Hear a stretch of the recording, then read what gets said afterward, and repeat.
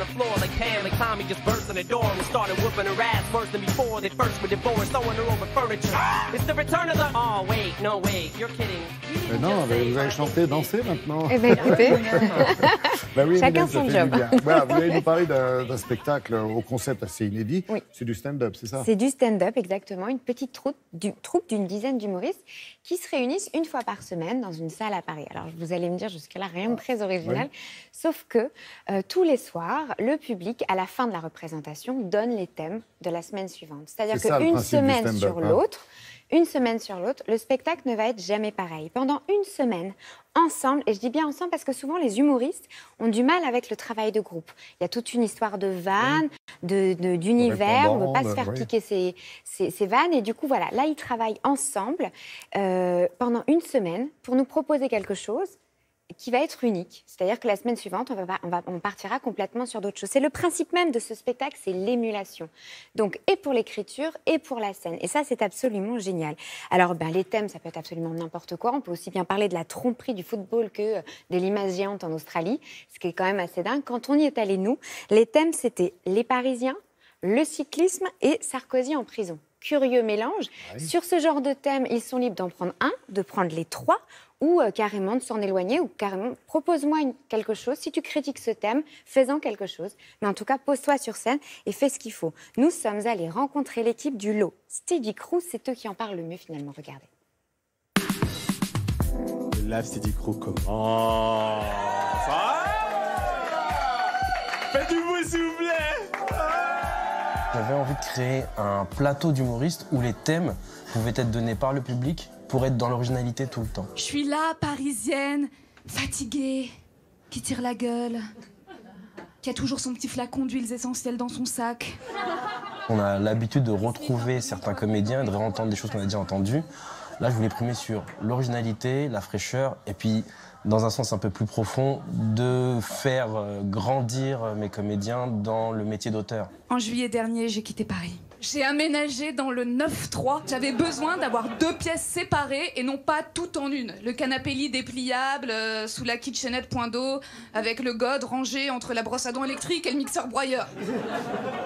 Ils ont tous quelque chose à proposer une semaine après.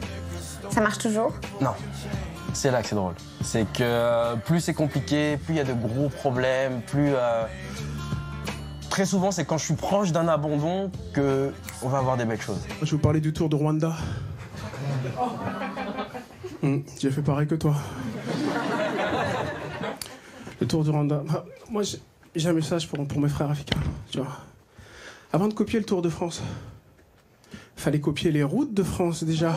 Ils sont là parce que ils veulent se mettre en danger. Et le clown, leur personnage, se construit ou se muscle un peu grâce à ce projet-là. Le boubou jaune, apparemment. Le boubou jaune. Et voilà. Écoutez, événement incroyable. On a déjà le vainqueur de la course. Voilà, c'est le fils du président. Le fils du président a gagné cette course. C'est intéressant de voir 8 profils totalement différents traiter le même sujet. Parce que même pour le public, ça lui donne un panel de couleurs par rapport aux comédiens qui est réellement intéressant. J'ai des potes qui ne jurent que par les sensations fortes, qui tiennent des discours du style attends mec, comment tu sais si t'es vraiment en vie? Comment mec, tu sais si t'es vraiment entier, si t'as jamais fait de la chute libre? J'attends mais mec, comment tu sais si t'es vraiment entier si t'as jamais pris le rond-point de l'Étoile à 19h en Vélib? Je vais avoir un Alexis qui, dans son humour, normalement, est dans un humour très noir. Et on l'a amené dans l'absurdité pour avoir quelque chose de beaucoup plus joyeux, enlevé, lumineux. Alors nous, quand on était petits, on allait voir les courses de vélo. On partait à 5h du matin, on allait dans les Pyrénées, c'était 500 km. On mettait 10 heures parce qu'on ne prenait pas l'autoroute. Parce que mon père, il disait, on voit rien sur les autoroutes. Du coup, j'ai jamais su, parce qu'on les a jamais prises. Mais... Des fois, il y a des choses géniales. Et pour le coup, le public se dit « Waouh, j'ai assisté à un truc que je reverrai nulle part ailleurs. » C'est sûr et certain. Et puis, quand on a un peu plus de mal, il est très encourageant parce qu'ils savent que voilà, on n'a eu qu'une semaine pour écrire ce truc. Mais ouais, un public très bienveillant. Et à un moment donné, Miguel Indurain, il passe à côté de Richard Virenque, tous les deux côte à côte, comme ça. Et c'est Virenque qui a gagné. Et il était dopé. Mais on s'en foutait. Il avait gagné. Tout ça pour dire quoi? Merci à tout le monde. On vous voit bientôt. Merci, merci, merci, merci.